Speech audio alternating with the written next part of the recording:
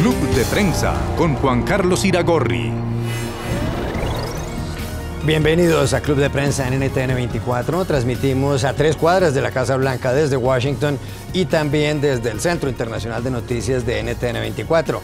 No olviden ustedes que al final de este programa lo pueden ver completo, o pueden ver a partes en nuestra página de Facebook, también por nuestra cuenta de Twitter, y el audio, el podcast, si lo quieren escuchar, está en SoundCloud. Y les doy la bienvenida a los invitados a este programa, que están ellos muy cerca de la residencia presidencial en la capital de los Estados Unidos. En primer lugar, José Díaz Briceño, corresponsal del diario Reforma de México. Pepe, como siempre, bienvenido a esta mesa. Gracias, Juan Carlos.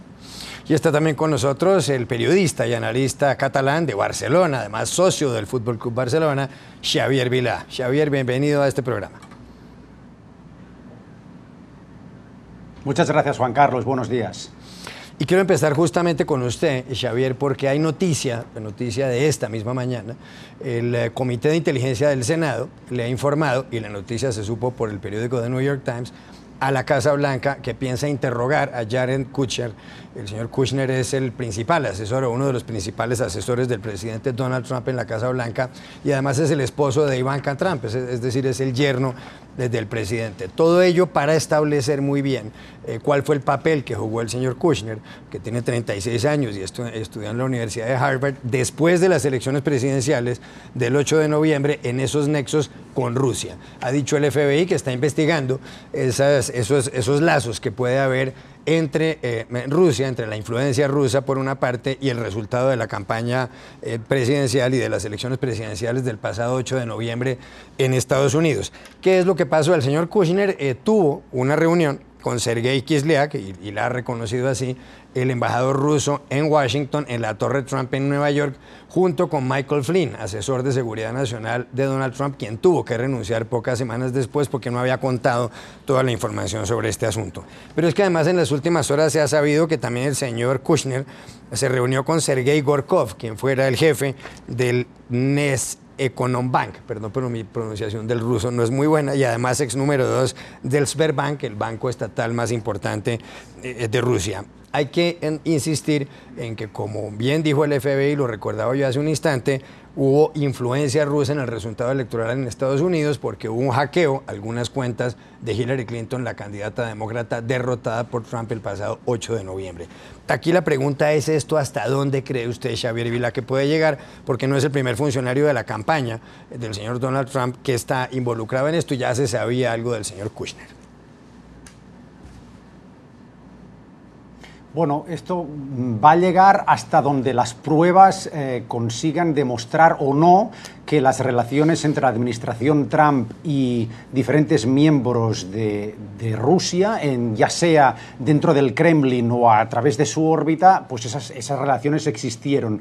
Solo estamos a un papel, a un documento, a una prueba fehaciente de empezar un proceso de impeachment, de destitución del presidente de los Estados Unidos, lo que es algo extremadamente grave, y hay que poner sobre la mesa, naturalmente, la claridad y la idea de que estamos lejos de esto, pero tampoco tan lejos. Como le digo, solo depende de que alguien consiga connecting the dots, que dicen aquí, es decir, establecer una relación directa, clara, concisa y comprobable entre alguna de estas reuniones de las que usted hacía mención, con el embajador ruso, con esta persona que lleva un banco en Rusia, etcétera, con alguien relevante de la administración Trump, para que se pueda, de este modo, unir esas dos conexiones y determinar que sí, que Rusia tuvo un papel hasta tan preponderante que llevó a una conclusión de las elecciones norteamericanas que no hubiera sido la que hubiera preferido el electorado. Naturalmente hay que ser muy prudente antes de asegurar de que esto puede pasar, porque es necesario tener unas pruebas concluyentes de que estas conexiones existieron. Tenemos un precedente que fue bajo administración Nixon, y la historia nos enseña cómo esas pruebas fehacientes llegaron a la opinión pública, que fue a través de una garganta profunda, alguien anónimo que desde dentro quiso destapar ese escándalo. ¿Va a ocurrir esto aquí? No lo sé. De momento sí que estamos dándonos cuenta de que hay muchas filtraciones dentro de esta Casa Blanca. Estamos aprendiendo, conociendo todas estas reuniones que se están teniendo, que estuvieron antes de las elecciones y durante el proceso entre la elección y la toma de posesión, que dejan a la administración Trump en muy mal lugar. Y lo que está claro también, y refiriéndonos en este caso a Jared Kushner, que es el protagonista, el sujeto hoy de la historia, es que hay mucho que investigar a propósito de la figura de esta persona. Es alguien que tiene vínculos inmobiliarios enormes dentro de Nueva York, Manhattan, con grandes oligarcas rusos, y nos falta esa prueba. Pero si la consigue alguien, señor Iragorri, podríamos estar ante el disparo de salida de un proceso para expulsar a Donald Trump de la presidencia. Pepe Díaz Briceño, decía yo que no es el primer funcionario de la campaña de Donald Trump y ya ahora miembros del gobierno del señor Trump que han tenido vínculos con Rusia. El primero fue Michael Flynn, de quien hablábamos hace un momento, asesor de seguridad nacional, que tuvo que renunciar, si no me falla la memoria, 27 días después de que tomara posesión del cargo en la Casa Blanca, porque no le contó realmente sobre sus nexos con Rusia a Mike Pence, el vicepresidente de Estados Unidos. Pero también está ahí Jeff Sessions, que es el secretario de Justicia, el fiscal general de Estados Unidos, quien cuando era senador por Alabama se reunió con el embajador ruso y además se declaró impedido para continuar con esas investigaciones desde la Fiscalía, desde el Departamento de Justicia. Y también está Paul Manafort, otro de los hombres más importantes de la campaña de Trump, quien dimitió en aquellos tiempos de campaña, estaba vinculado con personas relacionadas con Rusia y con Ucrania. Y está Roger Stone, otro asesor político del señor Donald Trump, que ha tenido contacto supuestamente con una persona en Internet, una persona cuyo nombre realmente no conocemos. Pero la pregunta que quiero hacerle, Pepe, es, ¿está usted de acuerdo con lo que dice Xavier Vilá, de que podemos estar a un paso de que empiece un impeachment si se encuentra, y lo ha aclarado muy bien Xavier, si se encuentra una prueba, la prueba reina? Hay que recordar que la Constitución de Estados Unidos dice que las causales del impeachment son, por un lado, la traición a la patria, que podría configurarse si Rusia intervino en las elecciones presidenciales, por una parte, por otro lado, el soborno y finalmente otros delitos, dice la Constitución. Pepe.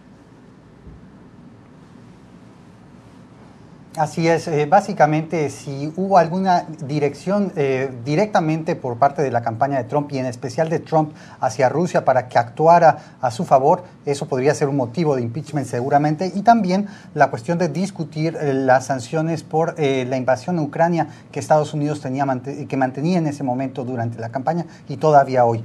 Haber discutido esto durante los momentos de transición podría ser algo muy delicado que pudiera llevar al señor Trump a caer. Ahora, a mí lo que me llama la atención aquí es centrarnos en la figura de Jared Kushner. En el artículo del Washington Post que revela el interrogatorio que va a haber del señor Kushner, el yerno del señor Trump, se especifica muy fuertemente a través de una vocera de la Casa Blanca una defensa dura de Jared Kushner. A esto a diferencia de Flynn, de Stone, del propio Sessions, y me llama a mí la atención y pregunto, ¿qué es lo que tiene el señor Kushner que necesita esta defensa tan fuerte? Pienso que en primer lugar es una cuestión de lealtad. Ese quizá es uno de los argumentos definitorios de la presidencia de Trump. Él solo confía en la gente que le es leal y no hay nadie más leal que su yerno, obviamente casado con su hija. Y en segundo lugar, también lo que me llama de la figura la atención de la figura de Kushner es, tiene 36 años, sus méritos de lograr sacar a flote distintos negocios no han sido muchos, más allá de sus negocios inmobiliarios. Yo no sé cómo una figura como la de un joven, pensando, por ejemplo, que el señor Bill Clinton había sido ya gobernador de Arkansas para esas fechas, ¿qué le ven a Jared Kushner? Realmente está encargado ahora de la diplomacia con México, con Medio Oriente, con solucionar problemas del gobierno, con un SWAT team de asesores del sector privado, y ahora también está lidiando con cuestiones de Rusia. ¿Realmente es alguien, la figura importante dentro de la Casa Blanca? Pepe, quiero continuar con usted para hablar de otro asunto. Este domingo pasado, hace pocas horas, en el diario The New York Times, en las páginas editoriales, publicó una columna, un artículo de opinión, como es habitual, Maureen Dowd. Maureen Dowd es una ganadora del premio Pulitzer en opinión, en la categoría de opinión, y muy famosa, muy célebre columnista estadounidense.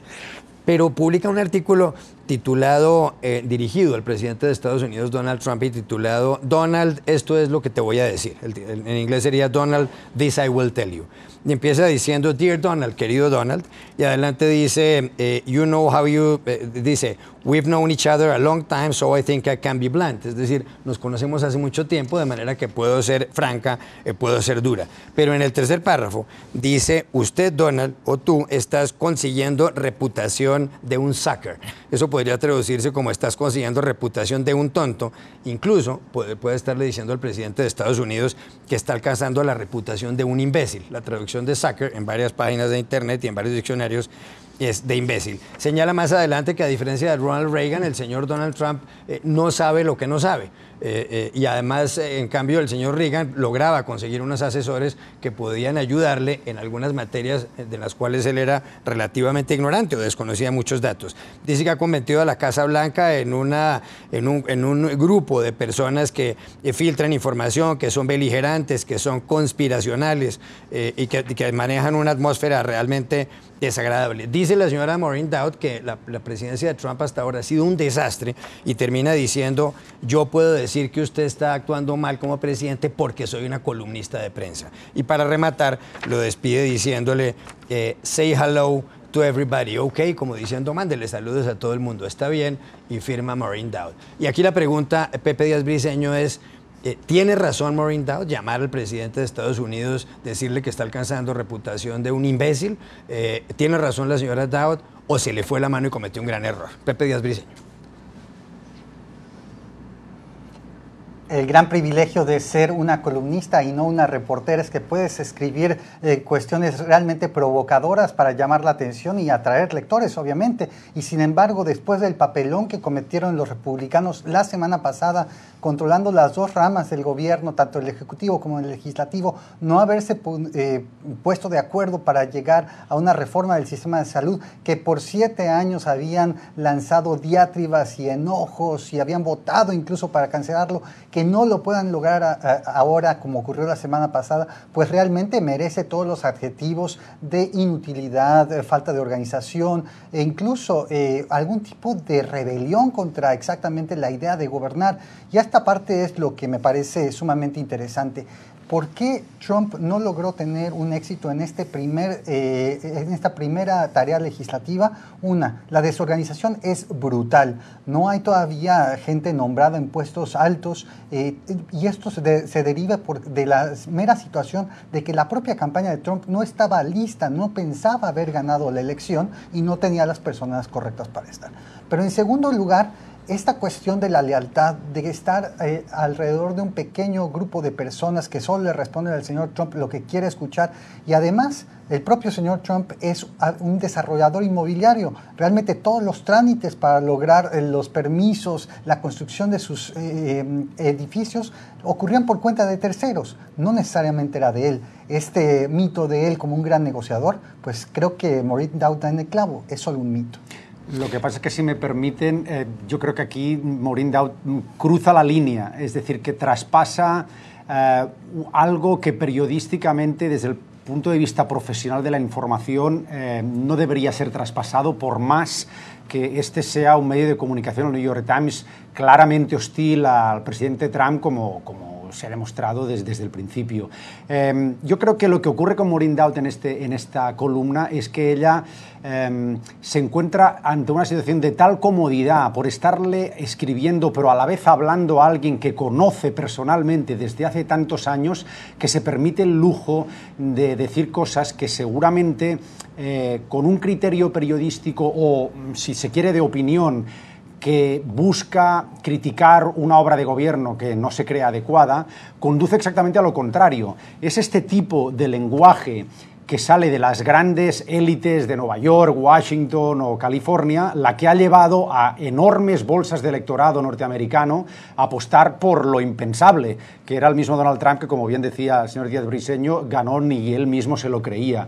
Hemos estado leyendo durante mucho tiempo, hace ya más de un año, cuando este señor dijo que concurría a las elecciones, muchas publicaciones serias como esta, prácticamente reírse de Donald Trump, decir que no tenía ninguna posibilidad, que era prácticamente un atentado a la política que él se presentase para concurrir a la más alta instancia política del mundo prácticamente, pero aquí estamos. Y en parte este resultado electoral ha sido producto de mucha gente en el corazón de América harta de las élites, harta de que les digan qué tienen que hacer o de estas observaciones desde grandes medios de comunicación. Con lo que creo que Maureen Dowd ha desaprovechado una ocasión magnífica para, desde su poltrona de conocer al presidente de tan cerca, intentar criticarlo de una forma más constructiva y dejarle dicho, por ejemplo, que lo está fracasando estrepitosamente en gobernar para la gente que más le votó, porque como bien se comentaba, por ejemplo, esta nueva ley sanitaria que no ha prosperado, si llega a prosperar hubiera sido un desastre absoluto para enormes bolsas de votantes que apostaron por Donald Trump. Sí. Ya regresamos al Club de Prensa. Volvemos al Club de Prensa en NTN 24 desde Washington y también desde los estudios centrales de este canal en Bogotá. Pepe, publica la revista Time una lista sobre las 25 peleas más famosas entre celebridades y realmente todas llaman la atención. La primera, 1888, Vincent van Gogh, Paul Gauguin. Dos famosísimos pintores. Gauguin va a visitar a Van Gogh en Arles, en el sur de Francia. Tienen una discusión y es cuando Van Gogh aparentemente se corta una oreja con un cuchillo y le regala un pedazo de su oreja o la oreja a una prostituta. Otros dicen que fue Gauguin quien realmente le cortó la oreja a Van Gogh. Otra pelea, Coco Chanel y Elsa Schiaparelli, grandes diseñadoras de modas los dos. Una nieta de la señora Schiaparelli dijo que Coco Chanel sentía envidia por su abuela. En otra ocasión Coco Chanel empujó aparentemente a la señora Schiaparelli, o la empujó realmente contra unos candelabros, y una de las velas llegó a quemarle parte de la ropa a la señora Schiaparelli, que por lo demás después entró en bancarrota. Pero ha habido más peleas, la de Joan Crawford y Betty Davis por un hombre, por el señor Tone, la de Olivia de Havilland y Joan Fontaine, eran hermanas, las dos, pero la señora de Havilland se enfureció porque su hermana menor, La Fontaine, se ganó un Oscar primero en 1942, después Olivia de Havilland consiguió otros 2 Oscars, la señora Fontaine usaba el apellido, era de su padrastro, y esto terminó bastante mal. Otra más, Mohamed Ali y Joe Frazier, los pesos pesados del boxeo. Ali se burló mucho de Frazier. Frazier después dijo que si por él hubiera sido, si Ali hubiera muerto antes que él, pues que él lo habría desenterrado, lo habría hecho picadillo y se lo habría mandado por correo a Jesucristo. Pero hay muchas más, como la del príncipe Carlos y Lady Di, o la de Jay Leno y David Letterman, o la de Taylor Swift y Katy Perry, para venir a estos tiempos más recientes. En los 2 minutos y medio que nos quedan, ¿cuál es la pelea que más le llama la atención a usted, Pepe Díaz Briceño, de las 25 que menciona Time? La pregunta primero es, ¿se puede ser famoso sin tener un enemigo público? Me parece que no. Yo creo que es bueno cultivar un enemigo público, sobre todo para las estrellas. Y la que más me llama la atención en particular en este momento es la de Bette Davis y Joan Crawford, porque hay una teleserie justamente en estos momentos hablando de justamente su rivalidad. Pero quiero decir, la que aún no termina por cuajar es la de Rosie O'Donnell y Donald Trump, el presidente de Estados Unidos, donde sabemos Donald Trump le llamó cerdo a la señora O'Donnell y todavía ella está buscando su venganza y quizá imite a algunos de los personajes cercanos a Trump. Xavier Vila, ¿cuál es la pelea que más le llama la atención? Le diga, sí. De las que hay aquí, me quedo con la Jay Leno-David Letterman, porque no es ni pelea. David Letterman era infinitamente mejor, era más gracioso. Jay Leno era un burlón, pero no. Lo que pasa es que qué pena que esta lista se limite aquí a los Estados Unidos, porque lo llegó a Europa y fíjese, los alemanes, que si von Bismarck o Adenauer, ¿con qué canciller nos quedamos? Los franceses, Giscard d'Estaing o de Gaulle, ¿con qué presidente? Pero lo más importante, señor Iragorri, el fútbol. ¿Cómo puede ser que en esta lista no haya una pelea entre quién es mejor, Pelé o Maradona? ¿Quién es mejor, Di Stéfano o Puskás? Y sobre todo, una que está clara, ¿quién es mejor, Messi o Messi? Porque Cristiano Ronaldo no tiene ninguna juerga en esta fiesta. Ya regresamos al Club de Prensa. Volvemos a Club de Prensa en NTN 24 para despedirnos. Gracias a Xavier Vilá y a Pepe Díaz Briceño, que están a 3 cuadras de la Casa Blanca en Washington. Mañana tendremos información sobre Venezuela, porque habrá noticia hoy en la Organización de los Estados Americanos con Seguridad y también en las próximas 24 horas. Así que gracias Xavier, gracias Pepe, y a ustedes los espero mañana nuevamente en Club de Prensa.